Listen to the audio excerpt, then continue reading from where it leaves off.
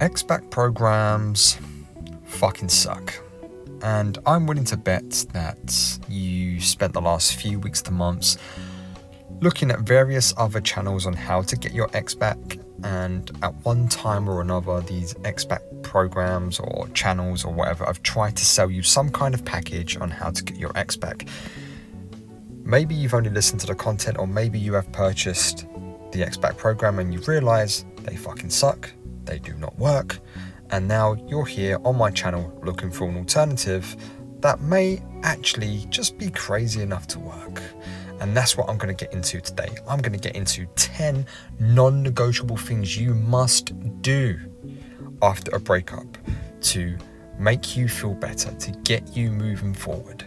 And if getting you back gets your ex back, that's just a happy side effect. But either way, we're going to get you back today. It's win-win. Without further ado, welcome back to the Love Fix. It's Nick, as always, doing my best to get you through your breakups as easily and as healthily as possible. If you need my help with your personal breakup situation, you can email me at thelovefix20@gmail.com, or alternatively, go to the About tab, tap the coaching link and book your one-to-one coaching session with me if you need my help getting through your heartbreak. Or you can come and join the free Facebook group. But guys, if you do join the free Facebook group, make sure you accept the rules and answer the questions, otherwise you will be declined. Right, 10 things on non-negotiable things to do when you're going through a breakup. Number 1, there's this magical thing in this world that will make you feel better, will make you look better, give you more energy, will help take the pain away. And you've probably guessed it right now because it's horribly cliche. Exercise. You must do some form of exercise. It's a natural antidepressant. It's natural anti-stress. It's great for your health. It's great for your physical and mental well-being. Guys, you must exercise. I do not care if you're lifting weights, if you're playing football, playing tennis, or just going for a walk. I just want you to get up and do something today. If you haven't left the house for a few days, that's okay. I'm just going to encourage you to step outside and go for a 10-minute walk, and then increase that to 15, 20, 30 minutes. Just get moving. Guys, I promise you, this will help you to no end. The crazy thing is, if we could bottle this up into some kind of medicine, people would take it because it will make you feel amazing. Get your exercise on. Non-negotiable tip number 2, read 5 counterintuitive self-help books. That's right, I want you to read the counterintuitive stuff because that's the stuff that has the best applications to a breakup and getting you through it. Some of the best books that I've listened to have nothing to do with breakups, but man, oh man, was I able to apply so much of the teachings and the philosophy to my situation and to my one-to-one coaching clients. The 5 that I personally recommend are the following: The Subtle Art of Not Giving a Fuck by Mark Manson, The Obstacle is the Way by Ryan Holiday, Ego is the Enemy by Ryan Holiday, Atomic Habits by James Clear, and Anatomy of a Breakthrough by Adam Alter. Those books, amongst others, there are way more out there, but those are just the 5 that I've chosen that I think will help you the most. Vastly changed my life and improved my mindset and my journey on breakup recovery. Non-negotiable tip number 3, journaling. Guys, you must journal. Now, when I tell my clients to do this, or I suggest that they do this, a lot of them poo-poo it, and I did as well. I thought it was dumb, I thought it was stupid when my therapist first told me to do it.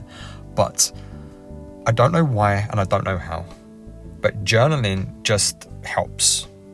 It's like a release valve.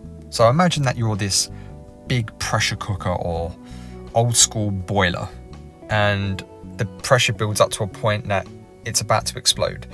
Journaling is the release valve that releases the pressure, that just stops it from blowing up. And also, when you're journaling, it helps you to process and maybe just think about things in a way that you never thought possible. It's just a very cathartic experience. And I've got journals going back 3 years now that I can go back and look at and think, wow, I was in such a different place. I'm such a different person now. And you can actually track that journey. So guys, journaling. Anytime that you feel shit or you're about to reach out to your ex, journal. Non-negotiable tip number 4, get uncomfortable. We're all guilty of being too comfortable. In most walks of life, you can open an app and order food to your door. Hell, you can get your groceries delivered to your door. You don't even have to go outside most of the time. You click a switch on your computer or your TV and you've got thousands of TV programs and movies at your fingertips. We are too damn comfortable. And when we get too comfortable, we get complacent. And when we get complacent, we start losing purpose. So what you need to do is go and find something, a new hobby or something you've never done before, something that's really going to push your comfort zone.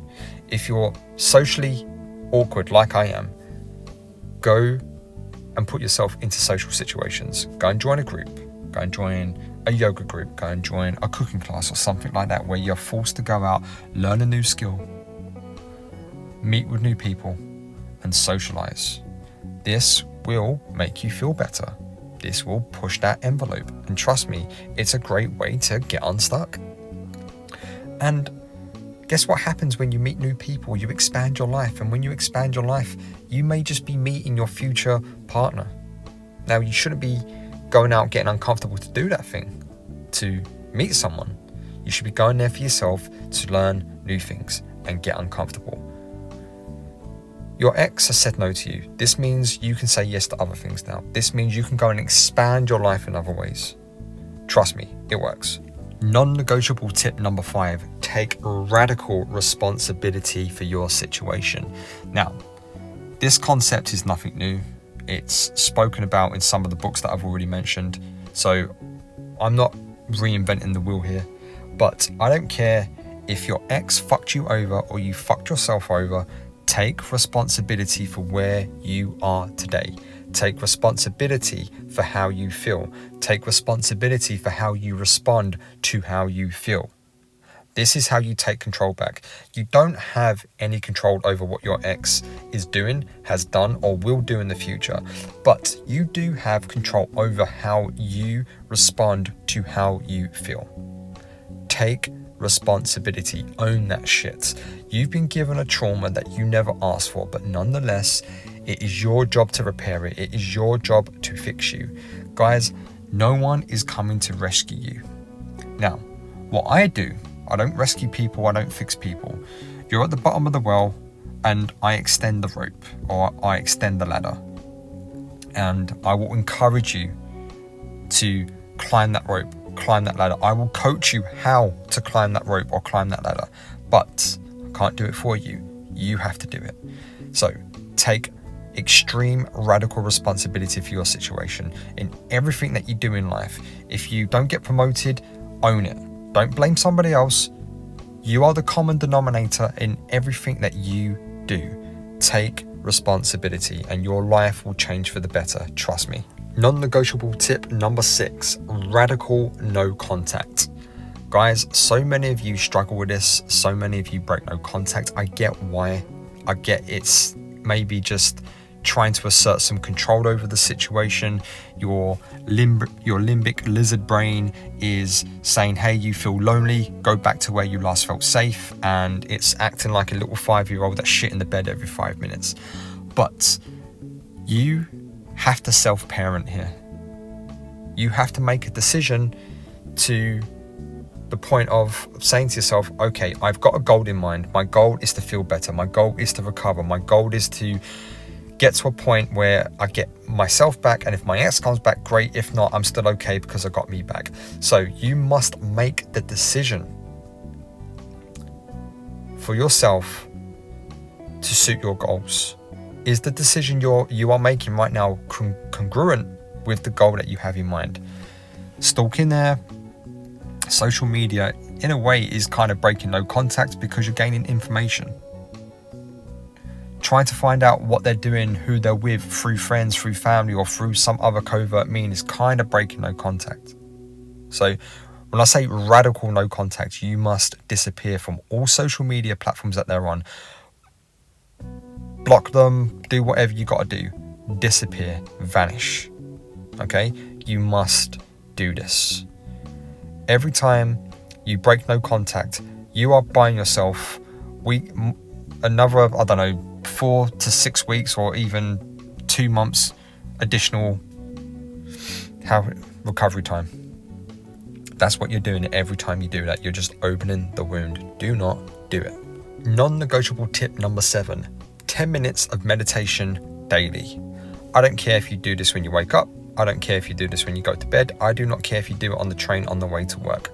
Meditation is amazing. It is focusing on a mundane task so your mind can find 10 minutes of peace. Now, people say to me all the time, oh, I can't meditate. I just think about stuff all the time. That's meant to happen. You can't stop thinking about stuff.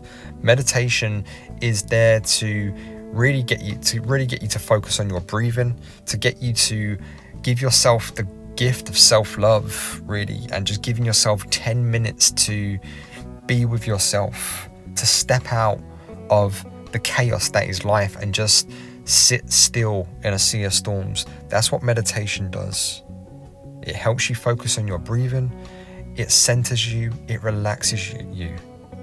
It helps you process your feelings and your thoughts. It's not about emptying your mind. That's the biggest misconception about meditation. It's about focusing on yourself intently for 10 minutes a day. Do it. It is non-negotiable. Non-negotiable tip number 8, eat healthily. Guys, you are not a 5-year-old. Stop eating like one. Now, I get it. We've all got a 5-year-old inside our heads that thinks it's okay to eat ice cream for breakfast.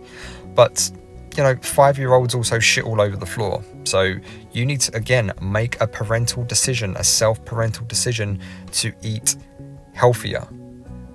Now, I'm not saying that you've got to live on chicken and broccoli. I'm not saying that you've got to live on salads, but what I'm going to encourage you to do is just to start adding some more fruit and vegetables into your diet. Instead of picking up the Snicker bar, pick up a banana. I'm not saying you can't eat chocolate. I'm not saying you can't eat pizza. What I'm saying is reduce it down. Yeah? Rather than counting the days of no contact, count your calories. Count your footsteps. You will look better. You will feel better. And you're going to be sexier. There is no downside to this. So, pick up a cookbook, hire a PT or someone that knows about nutrition, knows how to get your calories in the right window, knows how to give you some healthy foods to eat while you can still maintain eating some of the foods that you love and get into that habit of eating better. There is no downside to this. None. Zero. Trust me. And once you've lost a bit of weight or you've gained a bit of muscle, go and buy yourself some new clothes and just look how sexy you'll look. Non-negotiable tip number 9, learn philosophy. Guys, this is going to be probably one of the most hippie fucking things I'll ever say. But philosophy, and especially Stoic philosophy, changed my life. It really has changed my life. The Stoics figured out this shit 2,000 years ago. They figured out that life is fucking hard. Life is fucking painful. And rather than running away from that, they lean into it. They use it as a tool to actually become happier, because they realized a long time ago that happiness comes out of pain. Happiness is a journey. Happiness is actually quite boring when you think about it. Happiness is doing the mundane shit well every day. That means exercising every day, or not every day, every other day, eating well, going to work and doing a good job, making your bed, making sure your house is clean. Okay? Yeah? Seneca, Marcus Aurelius, loads of others that don't spring to mind at the moment because I've been reading too much recently, figured this out a long time ago. So, some of the books that I've already mentioned, The Obstacle is the Way and Ego is the Enemy, is all about Stoic philosophy, and it's very well written and easy to digest. Get on it. Non-negotiable tip number 10, for the love of fuck, do not purchase any fucking X-Back fucking program. They do not work. They are bullshits. They are taking advantage of your desperation. There is no magic formula. Now, have I helped people reconcile? Yes, I have. I have done this, but I never once promised them any results. I never gave them any expectations that their ex was going to come back. What I got them to do was to get them back. Because as I've said in so many videos, if your ex were to come back, who are they going to find? The pathetic mess that they dumped, or the person that leveled up? Always, always, always be the person that leveled up, because if they come back, they will get the better version of you. If they don't come back, you will attract better people to you. So the ex-back programs are going to keep you stuck in your breakup pain much longer than required. Do not fall for it. And that's all I've got for today. If you've enjoyed the video, I'd really appreciate it if you hit like and subscribe. And if you need my help with your personal breakup situation, my Facebook group is here. My one-to-one coaching services are here. Go to the About tab, check out the links, and I'll see you on the other side.